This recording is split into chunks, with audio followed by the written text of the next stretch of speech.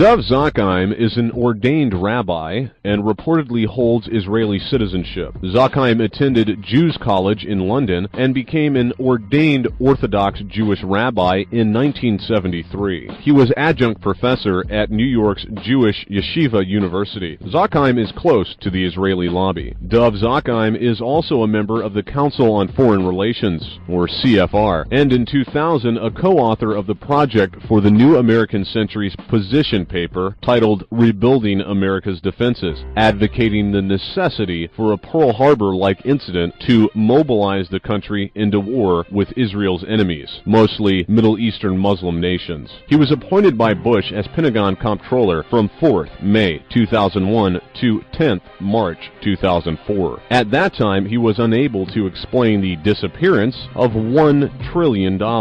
Actually, nearly 3 years earlier, Donald Rumsfeld announced on 10th September 2001 that an audit discovered $2.3 trillion was also missing from the Pentagon books. That story, as mentioned, was buried under 9/11's rubble. The two sums disappeared under Zakheim's watch. Despite these suspicions, on 6th May 2004, Zakheim took a lucrative position at Bose Allen Hamilton, one of the most prestigious strategy consulting firms in the world. One of its clients then was Blessed Relief, a charity said to be a front for Osama bin Laden. Bose Allen and Hamilton then also worked closely with DARPA, the Defense Advanced Research Projects Agency, which is the research arm of the Department of Defense. Intelligence concerning Dov tells us that he is a dual Israeli-American citizen and has been tracking the halls of the U.S. government for 25 years, casting defense policy and influence on Presidents Reagan, Clinton, Bush Sr.,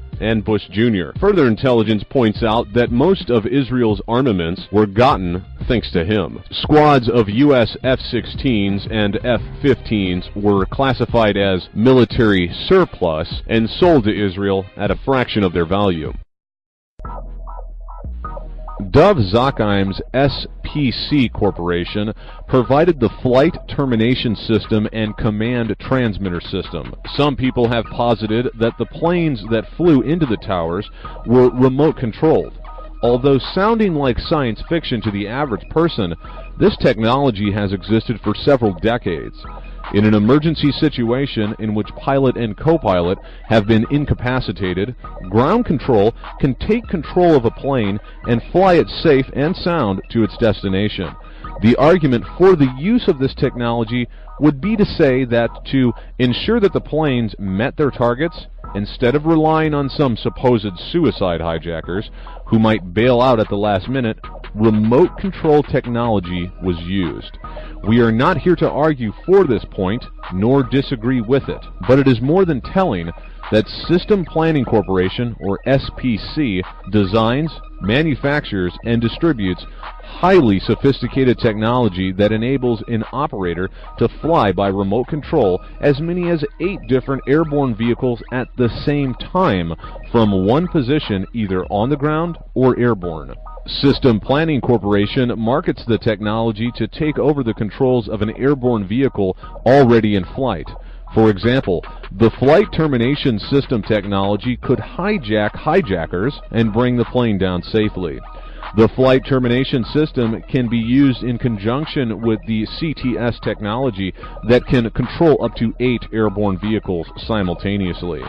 The possibility of nefarious use of these brilliant technologies developed and deployed by Systems Planning Corporation certainly deserves careful consideration in any full and impartial investigation of what actually took place on 9/11. In the context of 9/11, it also needs to be pointed out that Rabbi Dov Zakheim was Chief Executive Officer of System Planning Corporation's International Division until President George W. Bush appointed him Undersecretary of Defense and Comptroller of the Pentagon. Not long before Rabbi Zakheim rose to power over the Pentagon's labyrinthine, bottomless accounts, he co-authored an article entitled Rebuilding America's Defenses, Strategy, Forces, and Resources for a New Century, which was published by the Project for a New American Century in September 2000, exactly a year before 9/11, In this article on page 51, it is stated that, quote, "The process of transformation, even if it brings revolutionary change, is likely to be a long one, absent some catastrophic and catalyzing event, like a new Pearl Harbor," unquote.